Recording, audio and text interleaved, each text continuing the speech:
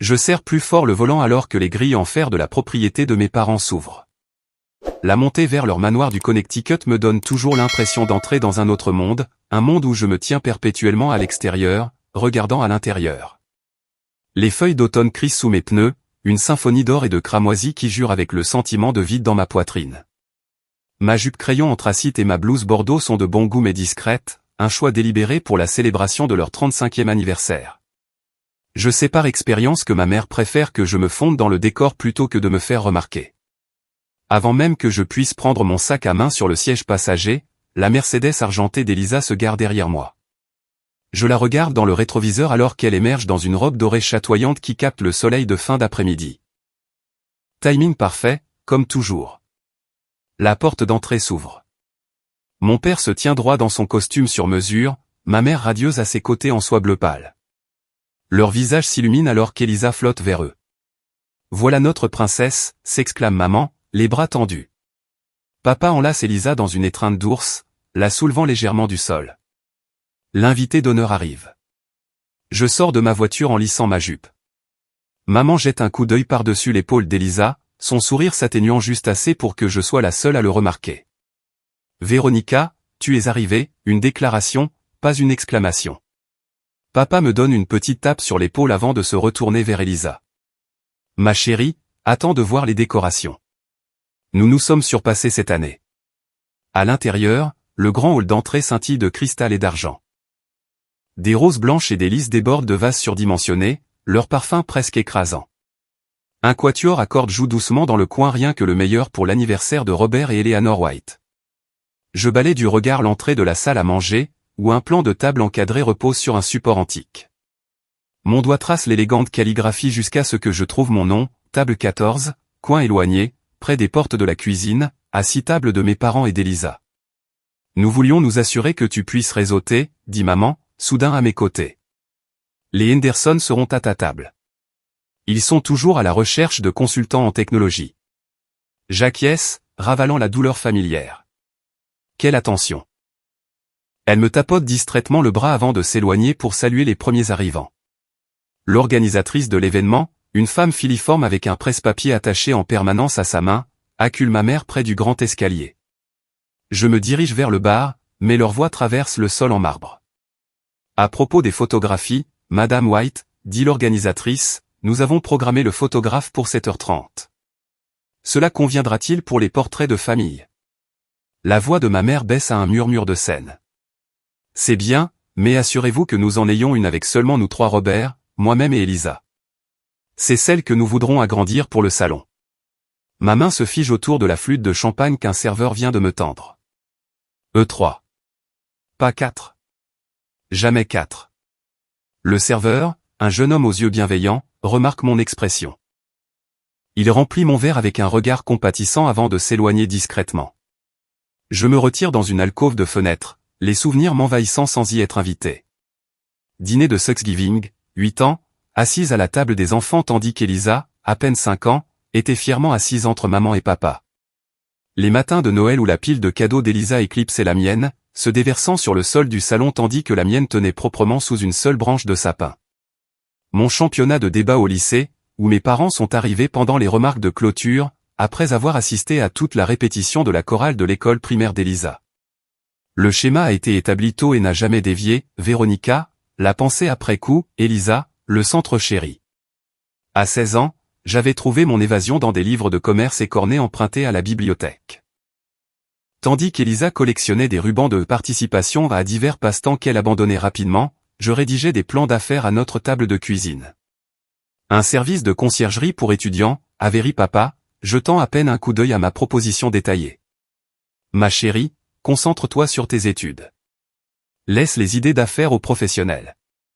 Ce même mois, l'aquarelle d'Elisa de notre maison fenêtre inégalement espacée, proportion impossible a été encadrée professionnellement et accrochée dans le hall d'entrée. Mon prix régional du jeune entrepreneur a pris la poussière dans le placard de ma chambre. La sonnette retentit de nouveau. Les invités affluents, gravitant naturellement vers le rire cristallin d'Elisa au centre de la pièce. Je dérive vers les bords, aidant tante Suzanne à trouver sa place, montrant à oncle William où se trouvent les toilettes. Véronica, appelle mon père, sans vraiment me regarder en passant. Assure-toi que les traiteurs n'oublient pas le champagne spécial pour le toast. Le veuve, pas le mouette. Je redresse la colonne vertébrale et j'acquiesce. Bien sûr. Pas une invitée à célébrer, pas une fille à chérir. Juste une autre paire de mains pour s'assurer que la célébration se déroule sans accroc. Une célébration où je suis simplement un autre visage dans la foule, regardant la vraie famille de loin. 15 minutes plus tard, après que les invités se soient rassemblés, le cliquetis des couverts contre le cristal s'est calmé alors que mon père s'est levé de son siège à la tête de la table. Ses cheveux argentés captaient la lumière du lustre, et son smoking sur mesure épousait sa silhouette encore athlétique. Il a levé son verre, et la pièce a retenu son souffle. 35 ans, a-t-il commencé, sa voix portant jusqu'au moindre recoin de la salle à manger. 35 ans à bâtir un héritage, un foyer et une famille. Son regard a balayé la pièce avant de se poser sur Elisa, ses yeux se plissant au coin. Et rien ne représente mieux cet héritage que nos belles filles, surtout notre Elisa, qui apporte du soleil partout où elle va. J'ai gardé mon sourire, pratiqué pendant des décennies, alors qu'ils se lançaient dans une histoire sur Elisa, âgée de 5 ans, chantant à leur 20e anniversaire. Aucune mention de moi, âgé de 15 ans, qui avait organisé toute la fête surprise. L'histoire a serpenté à travers la remise des diplômes d'Elisa, son bénévolat auprès des enfants, ses activités artistiques. 10 minutes se sont écoulées. Mon nom n'a jamais franchi ses lèvres. À Eleanor, mon roc, mon cœur, papa a levé son verre plus haut. Et à Elisa, le plus grand cadeau que notre mariage ait produit. Mère s'est levée, les larmes brillant, et a enveloppé Elisa dans une longue étreinte, des perles contre de l'or alors que leurs robes se pressaient l'une contre l'autre. Les invités ont applaudi. Je me suis jointe à eux, mes mains se rencontrant en un rythme silencieux pendant que je me tenais seul. De l'autre côté de la pièce, mon cousin Thomas a croisé mon regard. Il a offert un léger hochement de tête, à peine perceptible, avant de détourner les yeux. Tante Barbara s'est soudainement absorbée dans sa serviette. Oncle Philippe a examiné sa montre avec une intensité inhabituelle. Il savait. Il l'avait toujours su. J'ai expiré lentement, mes poumons libérant l'air en quantité soigneusement mesurée. Mon visage est resté composé. Le visage de PDG, comme l'appelle James. Celui qui ne révèle rien pendant les négociations, lorsque des millions sont en jeu. Ce soir, il masquait quelque chose de bien plus précieux que l'argent. Et maintenant, a annoncé papa, une présentation spéciale. Mère a sorti une boîte en cuir rouge de sous la table. L'emballage distinctif de Cartier brillait sous les lumières. La pièce s'est tue. Même les serveurs se sont arrêtés. Pour le véritable fruit de nos 35 ans ensemble, a proclamé père, la voix chargée d'émotion. Il a placé la boîte dans les mains manucurées d'Elisa. Quelque chose d'aussi précieux et intemporel que tu le es pour nous. Les doigts d'Elisa tremblaient en soulevant le couvercle. Nichée contre du satin blanc se trouvait une montre incrustée de diamants qui prenait feu à la lumière. Les invités ont poussé un soupir d'admiration unanime. La Santos de Cartier, a annoncé fièrement mon père, conçu sur mesure avec la pierre de naissance d'Eleanor à la 12e heure. Quelqu'un a chuchoté le prix $15 000 et un murmure a parcouru la foule. Elisa a poussé un cri aigu, se jetant dans les bras de nos parents. Il formait un tableau parfait de dévotion familiale tandis que je me tenais en sentinelle à ma table assignée près des portes de la cuisine. Aucune reconnaissance de la fille qui partage leur nom mais apparemment pas leur cœur. Aucune deuxième boîte n'attendait sous la table. Aucune surprise pour la première-née. Quand les applaudissements se sont tus, je me suis glissé vers le bar. Tante Margaret m'a intercepté, ses doigts arthritiques se refermant sur mon poignet. Viens prendre l'air, ma chérie. Ce n'est pas vraiment une question. Sur la terrasse, l'air d'automne a chassé l'odeur des lys de mes poumons. Margaret a installé sa corpulence sur un banc de pierre. Savais-tu, a-t-elle commencé sans préambule, que c'est le 3e cadeau de luxe qu'il lui offre cette année? D'abord le week-end au spa en février, puis l'été en France. Mes sourcils se sont haussés. L'été en France? Elle a dit à tout le monde qu'elle avait gagné ce voyage. Margaret a ricané. Robert a tout payé, tout comme il paie le loyer de son appartement indépendant depuis 3 ans. Une certitude froide s'est installée dans mon estomac. Les pièces du puzzle se sont déplacées, révélant une image plus claire. Cela explique pourquoi l'annonce de mon financement de série C a disparu du bulletin familial, ai-je murmuré. Le même mois, Elisa a commencé à vendre des savons faits maison au marché fermier. Ta mère a appelé ça une mise à jour de passe-temps. Ta levée de fonds de 40 millions de dollars a été mentionnée au paragraphe 12, en dessous du tournoi de football de Philippe Junior. Mon téléphone a vibré dans ma pochette. Le nom de James s'est affiché sur l'écran à côté de son message. Comment se passe le couronnement royal? Plan d'évasion prêt quand tu en auras besoin. Un sourire, sincère cette fois, s'est dessiné sur mes lèvres. J'ai rapidement répondu, en attente, extraction possible avant le dessert. Oncle William est apparu à côté de nous, un verre en cristal à la main. Ses yeux, si semblables à ceux de mon père, avaient une douceur que son frère ne montrait jamais en me regardant. Belle montre, a-t-il dit en s'asseyant à côté de Margaret. Presque aussi impressionnante que ce prix de technologie que tu as remporté le mois dernier. Dommage qu'il n'en ait pas parlé dans le toast. Prix du leadership en matière d'innovation, ai-je corrigé doucement. Et ce n'est pas grave. William s'est penché plus près, le bourbon réchauffant ses paroles. Tu sais que ton succès les met mal à l'aise, ma chérie. Ça a toujours été le cas. Le serveur de tout à l'heure est apparu, une bouteille de champagne à la main. Il a rempli mon verre avec un signe de tête subtil, s'éloignant avant que quiconque ne remarque son attention particulière. Une petite gentillesse dans une mer d'affronts orchestrés. Sarah, mon amie d'enfance, a croisé mon regard de l'autre côté de la terrasse et s'est dirigée vers moi. Elle a bien vieilli, son visage familier est une vision bienvenue parmi les étrangers polis que mes parents appellent leurs amis. J'ai tout vu, a-t-elle murmuré en me serrant la main.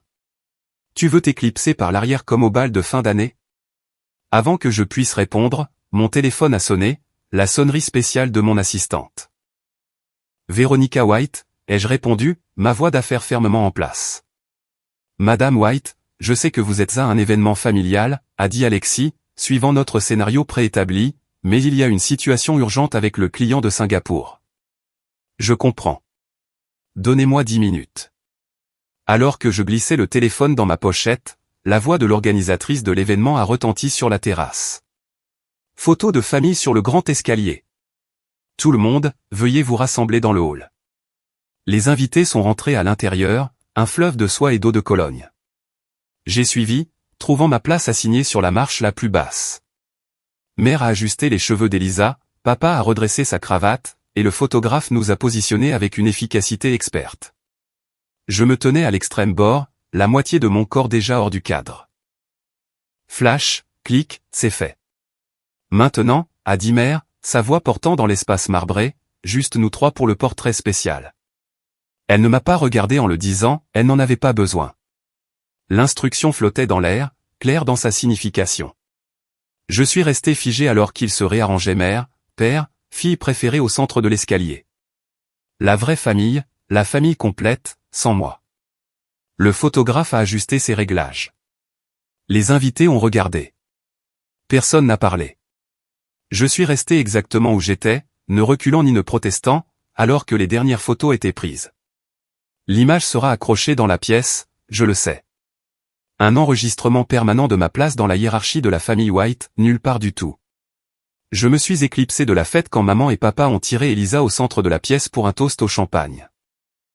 Je me suis immédiatement retiré dans le bureau à domicile de mon père, je me suis connecté à mon courriel et j'ai rappelé mon assistante pour résoudre le problème de travail. Après 15 minutes à vérifier chaque graphique, chaque diapositive et chaque explication, nous avons envoyé la nouvelle proposition au client, et j'ai voulu prendre un petit repos. Mes pas résonnaient dans le couloir alors que je montais l'escalier familier jusqu'à ma chambre d'enfant. Juste un moment de paix, c'est tout ce dont j'ai besoin. Quand j'ai poussé la porte, l'air m'a manqué. Ce n'est plus ma chambre. Les couronnes de concours de beauté d'Elisa scintillaient sur ce qui était autrefois ma bibliothèque. Ces composites de sororité universitaire étaient accrochés là où mes certificats de tableau d'honneur vivaient autrefois. Les murs, autrefois d'un vert tendre, brillaient maintenant du lavande préféré d'Elisa. Ils n'ont même pas attendu que je prenne toutes mes affaires avant de réorganiser complètement la pièce, ai-je murmuré dans l'espace vide. Mes doigts ont tracé le contour de ce qui était autrefois mon bureau, maintenant une coiffeuse parsemée du maquillage d'Elisa. Les étagères débordaient de trophées d'activités qu'elle avait abandonnés après un mois. Ces ours en peluche d'enfance occupaient le rebord de la fenêtre où j'avais passé d'innombrables heures à lire.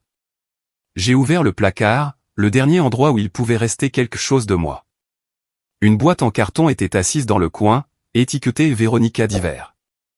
À l'intérieur, mes diplômes universitaires reposaient sous mon prix du jeune entrepreneur. Mon gland de summa cum laude était emmêlé autour de ma photo de fin d'études en commerce. Tout ce qui marquait mes réalisations, tout ce qui définissait mon parcours, fourré comme des décorations de Noël. Une clarté cristalline m'a envahi. Rien ne changera jamais. Je serai toujours la boîte dans le coin, la pensée après coup, la chaise près de la porte de la cuisine. Je me suis assise sur le bord du lit, maintenant recouvert d'une couette lavande. Ma main a effleuré quelque chose de dur sous l'oreiller. Curieuse, j'ai sorti un vieux livre, l'exemplaire de Jane Eyre de ma grand-mère. Mon nom était écrit à l'intérieur de la couverture de son écriture élégante, pour ma Véronica, une fille qui forgera son propre chemin. Avec amour, grand-mère Margaret.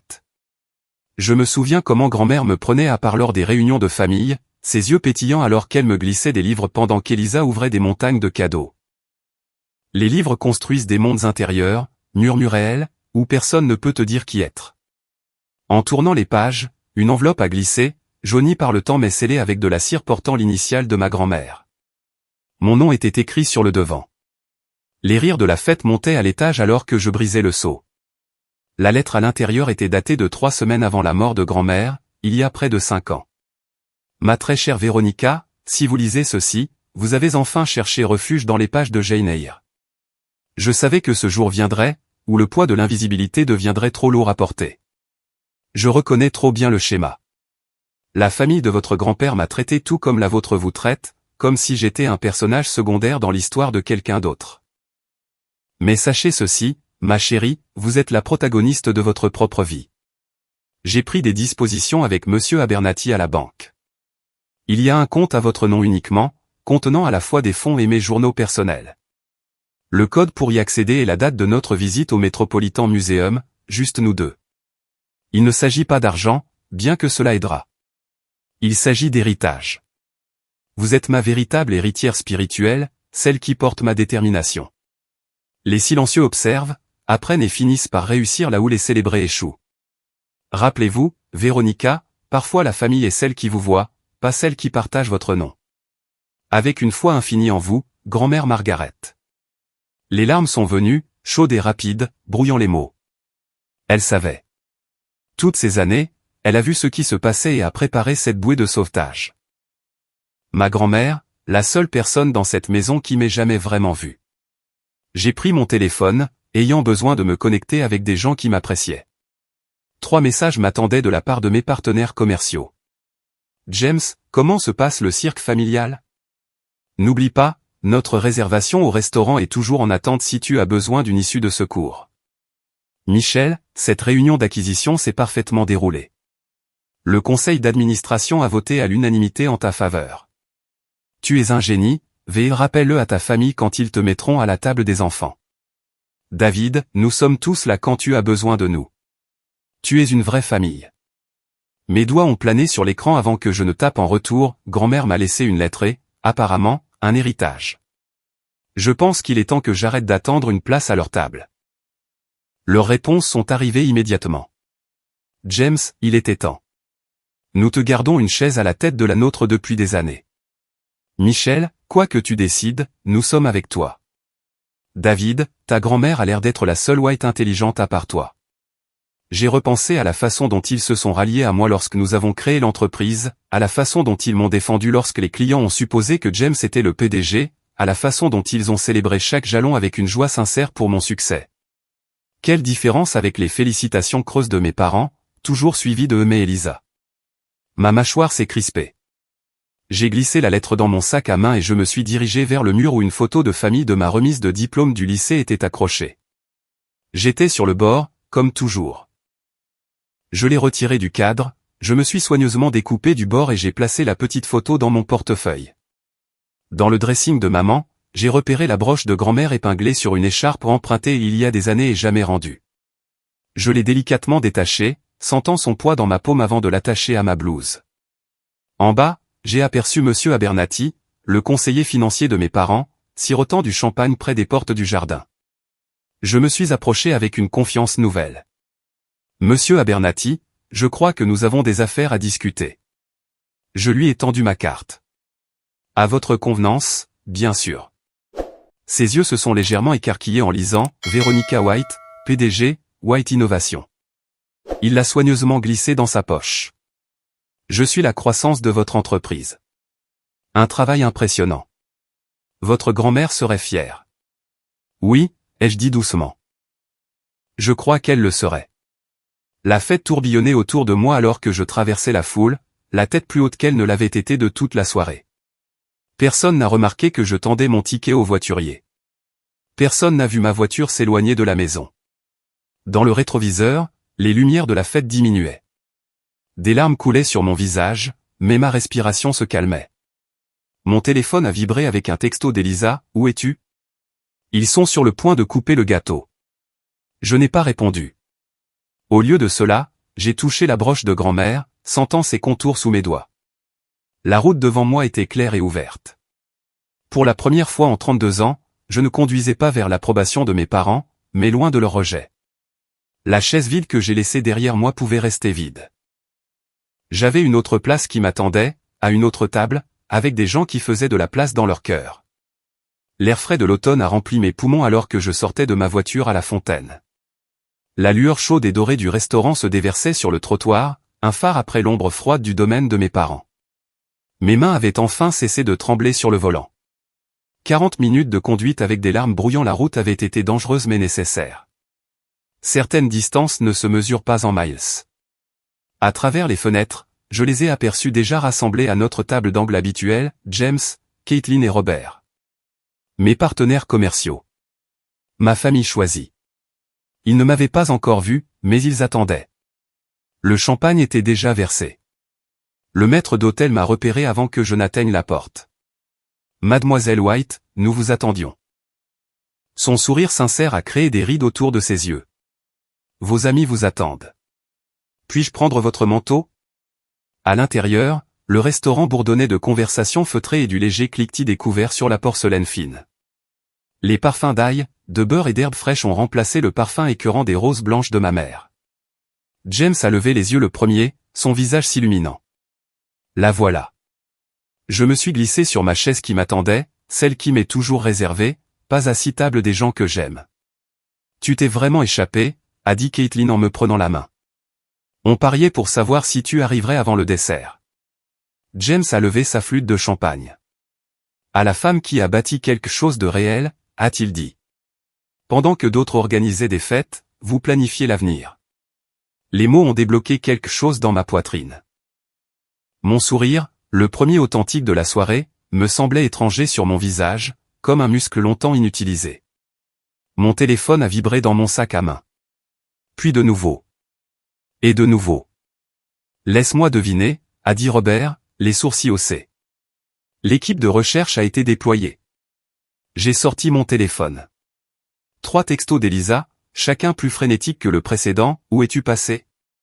Maman est furieuse. Es-tu sérieusement en train de planter l'anniversaire ? L'écran est passé à un appel entrant, ma mère. Je l'ai refusé, mais son message vocal a suivi quelques secondes plus tard. Véronica, je ne peux pas croire que tu ferais une scène en partant tôt. Les gens posent des questions. Appelle-moi immédiatement. Le message de mon père est arrivé ensuite, sa voix tendue de colère contenue. Tu as manqué le sénateur Harris et les Douglas. Il posait spécifiquement des questions sur les consultants en technologie. Appelle ta mère. J'ai posé le téléphone face contre table. Aucun d'entre eux n'a demandé si j'allais bien. Bien sûr que non, a dit James en remplissant mon verre. Cela nécessiterait de te voir comme une personne plutôt que comme une extension d'eux-mêmes. Un autre message de ma mère, réunion d'urgence demain à 2 heures. Tu ne peux pas y échapper cette fois. La porte du restaurant s'est ouverte. Une bouffée d'air frais a accompagné 2 silhouettes que j'ai immédiatement reconnues, Alicia du marketing et Devin de notre équipe de développement. On a raté quelque chose ? A demandé Devin, essoufflé, en agitant son téléphone. La nouvelle vient de tomber. Mon estomac s'est noué. Déjà ? Ce n'était pas censé sortir avant le matin. James a haussé les épaules. Quelqu'un a fait une fuite. Ça arrive. Chaque téléphone à notre table s'est allumé simultanément, puis les tables voisines aussi. La notification s'est propagée comme une traînée de poudre dans le restaurant. Dernière minute, White Innovation racheté par Stellar Tech pour un montant estimé à 75 millions de dollars. Les appels ont commencé presque immédiatement, des contacts de l'industrie, d'anciens clients, des professeurs d'université qui se souvenaient de mes premières ambitions. Chacun exprimant un enthousiasme sincère pour mon succès. Le propriétaire du restaurant est apparu avec une bouteille de leur meilleure réserve. C'est la maison qui régale, a-t-il dit. Ma fille a utilisé votre logiciel de productivité pour terminer ses études de droit. Félicitations pour votre succès. 2 autres collègues sont arrivés, puis 3 de plus. Notre coin du restaurant s'est transformé en une célébration impromptue. Nous avons quelque chose pour toi, a dit Caitlin pendant une accalmie. Elle a placé un petit paquet soigneusement emballé dans mes mains. À l'intérieur du papier de soie se trouvait une photographie encadrée que je n'avais jamais vue auparavant, ma grand-mère à mon âge, assise à son bureau dans le petit cabinet comptable qu'elle avait créé à une époque où l'on s'attendait à ce que les femmes restent à la maison. Ses yeux avaient la même lueur déterminée que je vois dans le miroir. « Où as-tu trouvé ça ?» ai-je murmuré en passant mon doigt sur le cadre en argent. « Ta tante Margaret. Elle a pensé que tu devrais la voir ce soir, entre tous les soirs. » Plus tard, en rentrant à mon appartement, j'ai ouvert mon ordinateur portable. Le courriel à ma famille s'est formé lentement, délibérément. Aucune mention de l'acquisition.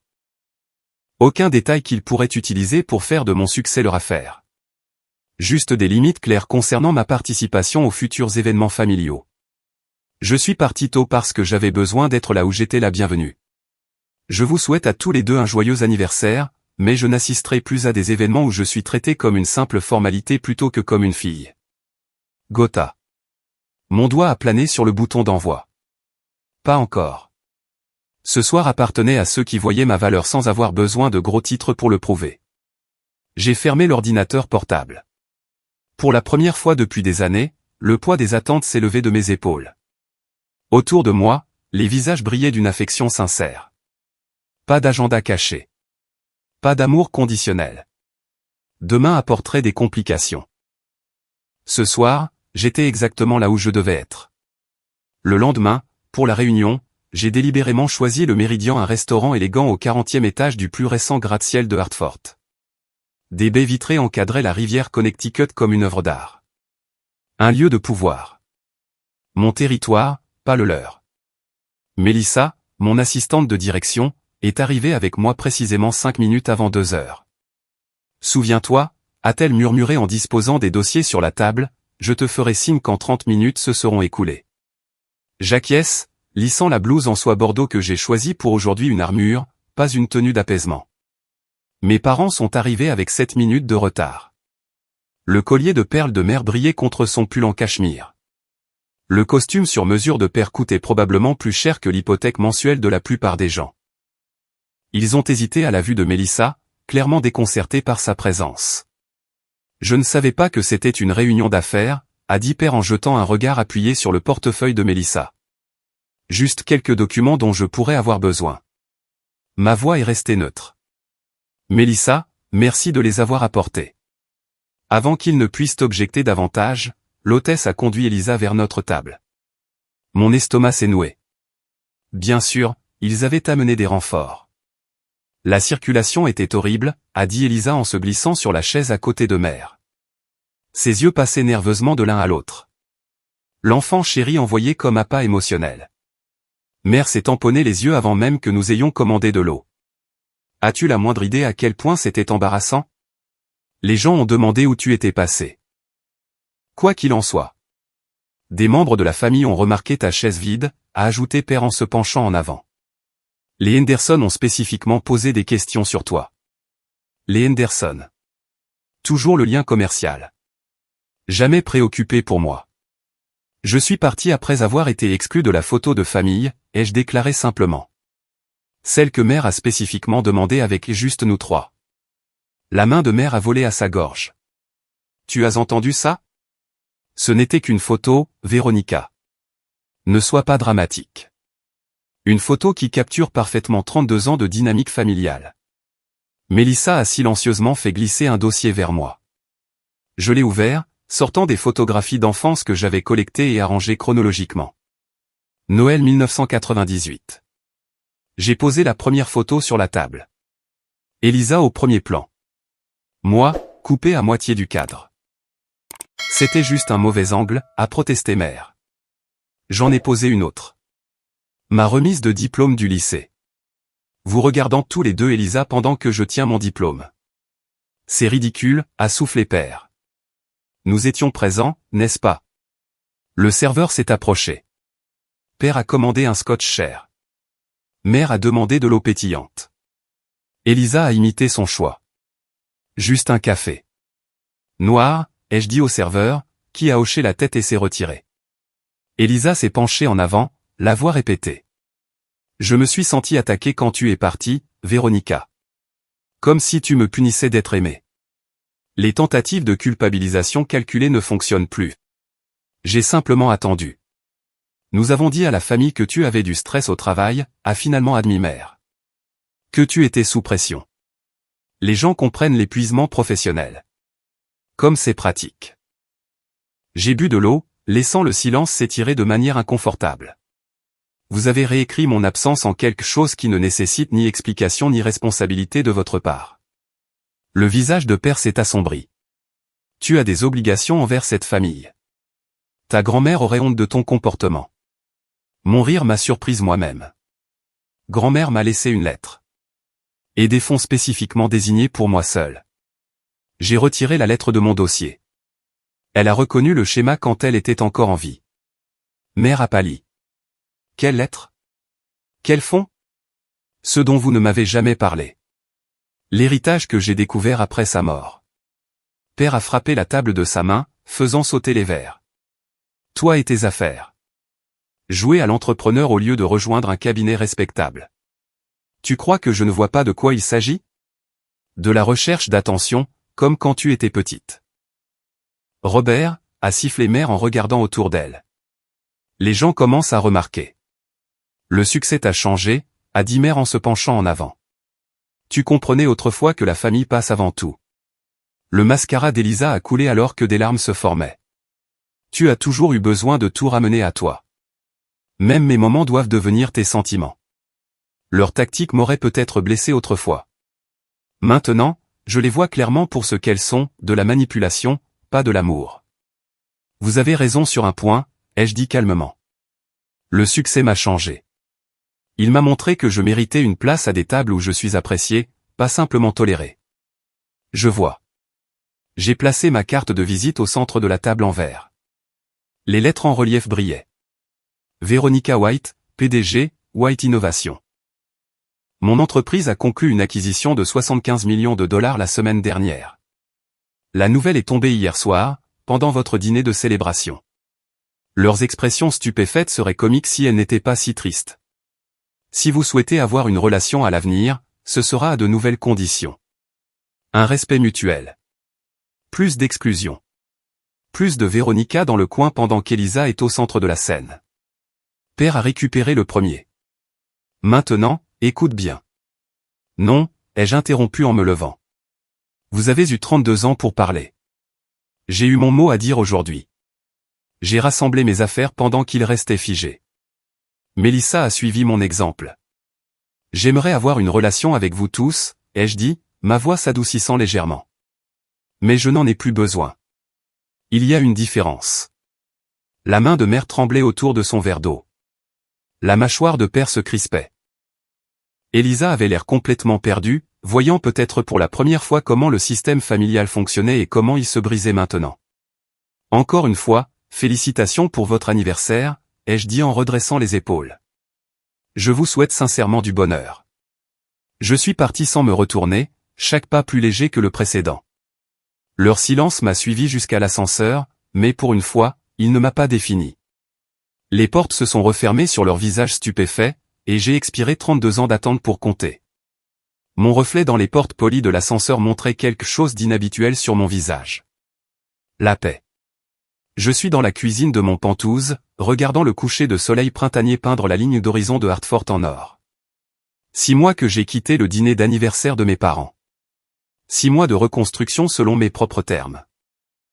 La table en acajou antique brille dans ma salle à manger, dressée avec la porcelaine Wedgwood de ma grand-mère de délicates fleurs bleues sur une porcelaine crémeuse. Je trace du doigt le bord, là où des générations de femmes white se sont autrefois rassemblées. La même table où j'étais relégué au bout, si j'étais invité. Le mois dernier, lorsque Père a décidé de réduire la taille de leur salle à manger formelle, j'ai surenchéri sur tout le monde à la vente aux enchères.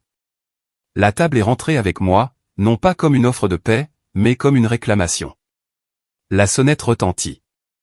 James arrive le premier, une bouteille de Barolo dans une main, un portefeuille dans l'autre. Dernière projection pour le programme de mentorat, dit-il en m'embrassant sur la joue. 28 candidates déjà. Les femmes entrepreneurs ont besoin de plus qu'un simple financement, dis-je. Elles ont besoin de quelqu'un qui voit leur potentiel. Sarah suit avec son mari, puis mon équipe de direction, 2 professeurs d'université qui siègent au conseil d'administration de ma fondation, et mon avocate, Margot, qui a aidé à rédiger le don du centre de thérapie familiale au nom de ma grand-mère. Pendant qu'ils se mêlent, je me glisse dans mon bureau, où la lettre de ma grand-mère est accrochée, encadrée, à côté de ma fenêtre. Souviens-toi, Véronica, nous choisissons les chaises qui comptent. Ces paroles m'ont guidé lors de ma conférence TED le mois dernier, trouver sa valeur au-delà de la validation familiale. La vidéo a déjà 300 000 vues. Mon téléphone vibre avec un texto d'Elisa. Il parle encore de ton absence au dîner de Pâques. Papa continue d'appeler ça d'un autre coup. Notre reconnexion prudente se fait par des textos secrets et des rendez-vous café occasionnels. Sans nos parents qui nous regardent, elle trouve sa voie, posant des questions sur le début du collège communautaire. De petits pas vers sa propre identité. Un coup à la porte de mon bureau. Un colis vient d'arriver pour toi, dit James en me tendant une petite enveloppe à bulles. À l'intérieur, une photographie délavée, Elisa et moi à 6 et 9 ans, bras dessus bras dessous, riant sur une balançoire en pneus. Au dos, de l'écriture de ma sœur, nous étions heureux avant qu'ils ne nous apprennent à ne pas l'être. Je glisse la photo dans ma poche et je retourne auprès de mes invités. Ils se sont rassemblés autour de la table, les verres de vin remplis, la conversation animée. Personne ne regarde sa montre ni ne mesure ses paroles. Pas de subtile course à la faveur. Je prends ma place à la tête de la table, ma place, non pas gagnée par la manipulation ou le droit de naissance, mais offerte librement par des personnes qui apprécient ma présence. À Véronica, dit James en levant son verre, dont la fondation de la famille White vient d'attribuer sa première bourse à cette brillante jeune fille de Bridgeport. Aux secondes chances, ajoute Sarah. Je me lève, sentant le poids de la broche de ma grand-mère épinglée au-dessus de mon cœur. Aux chaises qui comptent, dis-je, et aux personnes qui les remplissent. Plus tard, alors que mes invités partent, je m'attarde à la table vide. Demain, j'accueillerai de nouveau, des cartons de table déjà écrits de ma main pour chaque personne qui m'a choisi, non par obligation, mais par un lien sincère. Au bout se trouve une chaise vide. Non pas un lieu d'exil, mais un rappel de ce que j'ai laissé derrière moi et de ce que j'ai trouvé à la place. Je passe mes doigts sur le bois poli de la table de ma grand-mère, maintenant la mienne, maintenant remplie de rire au lieu de jugement, d'un intérêt sincère au lieu de performance. La chaise qui compte le plus est celle où l'on est vraiment vu. Et enfin, je le suis.